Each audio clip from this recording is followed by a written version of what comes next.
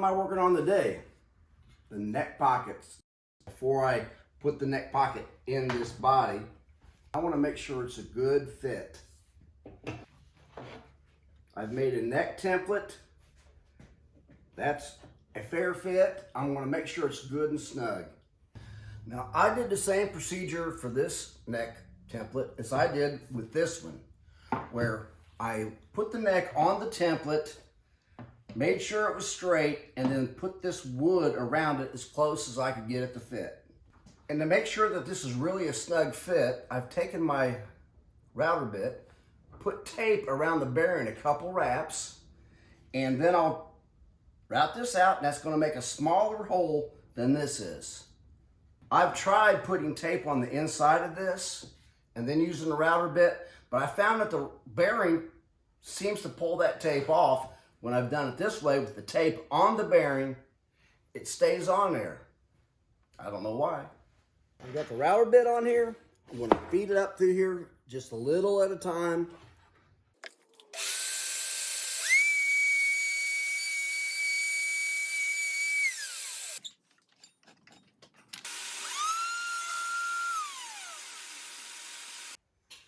In preparing to put the neck pocket in this body right here, I've taken my template and I want to double check and make sure the center line I have on here is right.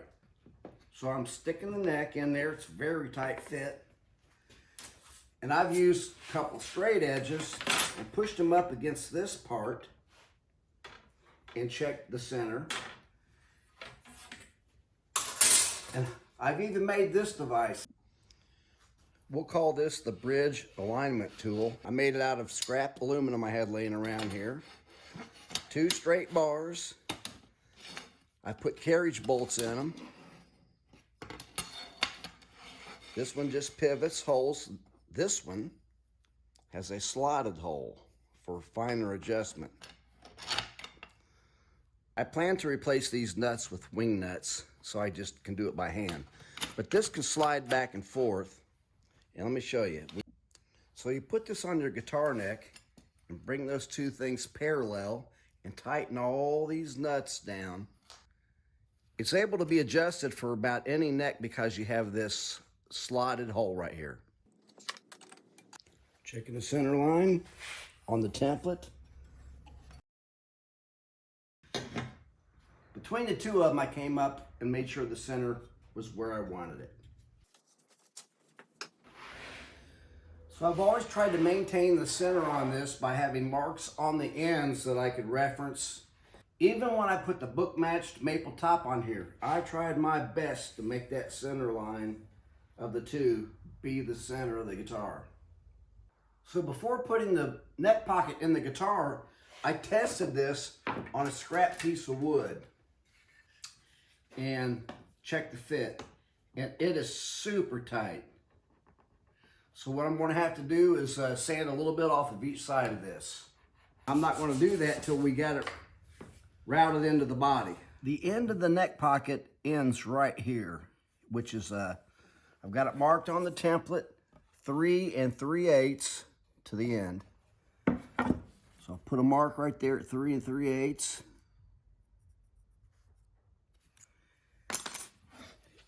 And I am going to use the center line of the book matched as the center line. Now on the inside of here, I've got the center line marked, and on the end, I've got the center line marked. And we'll just put this at the depth it goes, matched onto that center line, and the other end matched. So to attach this on here, I'm going to use where the pickup cavity goes to put holes right here, 3 of them. Those will go away when you route out the pickup cavities. I'm going to do that instead of using double-sided tape.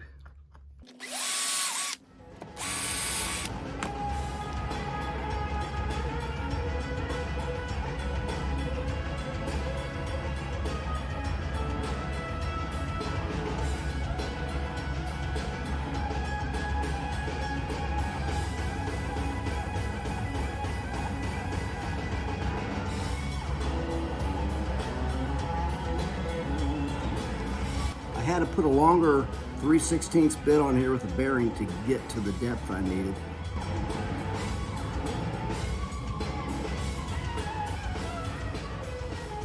Once I took the template off, the router got a little tippy because there's not a whole lot of this body to help support the base of the router.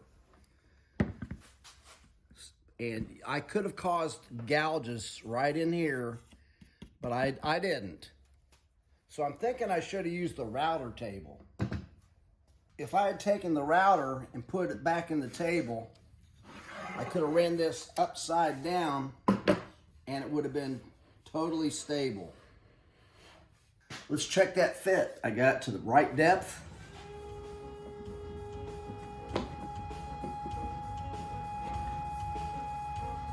Very tight.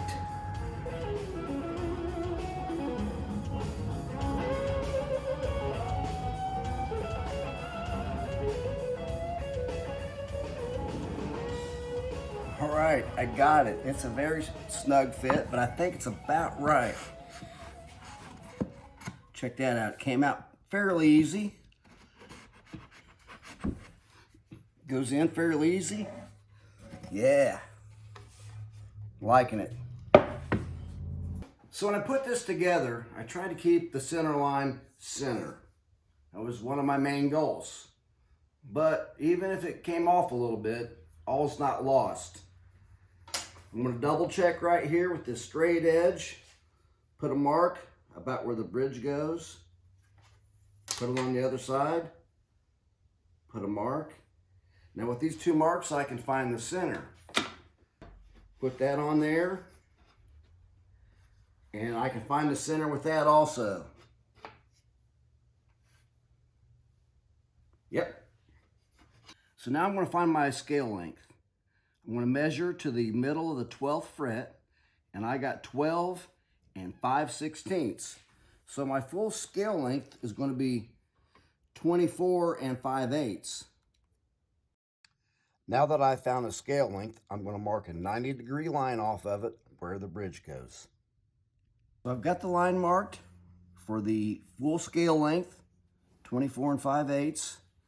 Now, what I have found from doing this in the past, that the only string that uses the full scale length will be this first string. Now, this being a Tune-o-matic, it doesn't have a whole lot of travel. So these are typically installed at a slant. And I found that that slant is 1/8 of an inch difference from here on this end to here on this end, the string width. So this mark right here is where the front of the bridge will be, and that's the string width. So right here is the string width, and that'll be where the next edge goes. So I've got this centered where I think it should be, and I've got a punch that fits this hole just perfect. That should be where I need to drill the holes for this.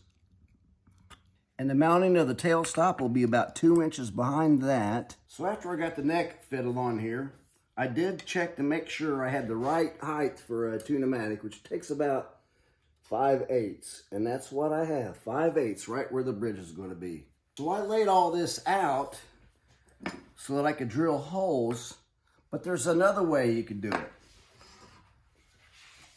In my template, I already have where the holes go, and it'll lay right over here. Now, if my neck wasn't straight, I could tilt this back and forth until I get it where I need it. I've made these temporary studs that fit right in here. Started out as nuts, and they're ground down to fit the hole. And the bridge can sit right on it. And I can measure from the nut to the bridge and get the distance I need. There we go. I've got these strings taped on here like they're the outside guitar strings, running through the bridge. I've got them spaced on the nut like they would be. I've got some shims in here to make sure that is centered, can't move.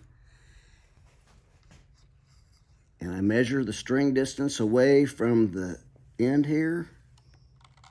Make sure it's the same on both sides, and then I'm going to be happy with it.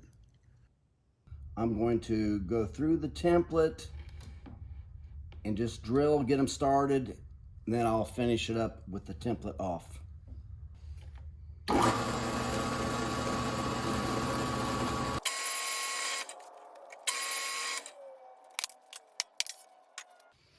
I started it off with a brad point, but I'm going to finish it off with the standard point.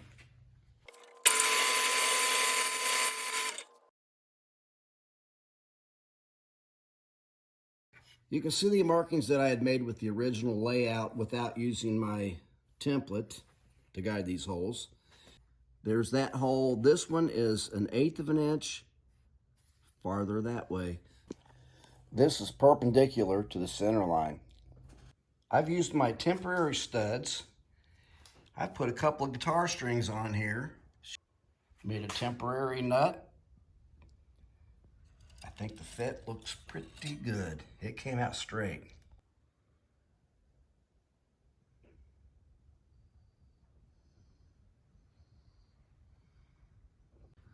I went to a lot of effort to make sure this was all straight. But what if it was still off a little bit? What can I do about that? Well, there's one more thing you could do, because we have to be close. As much trouble as we went to.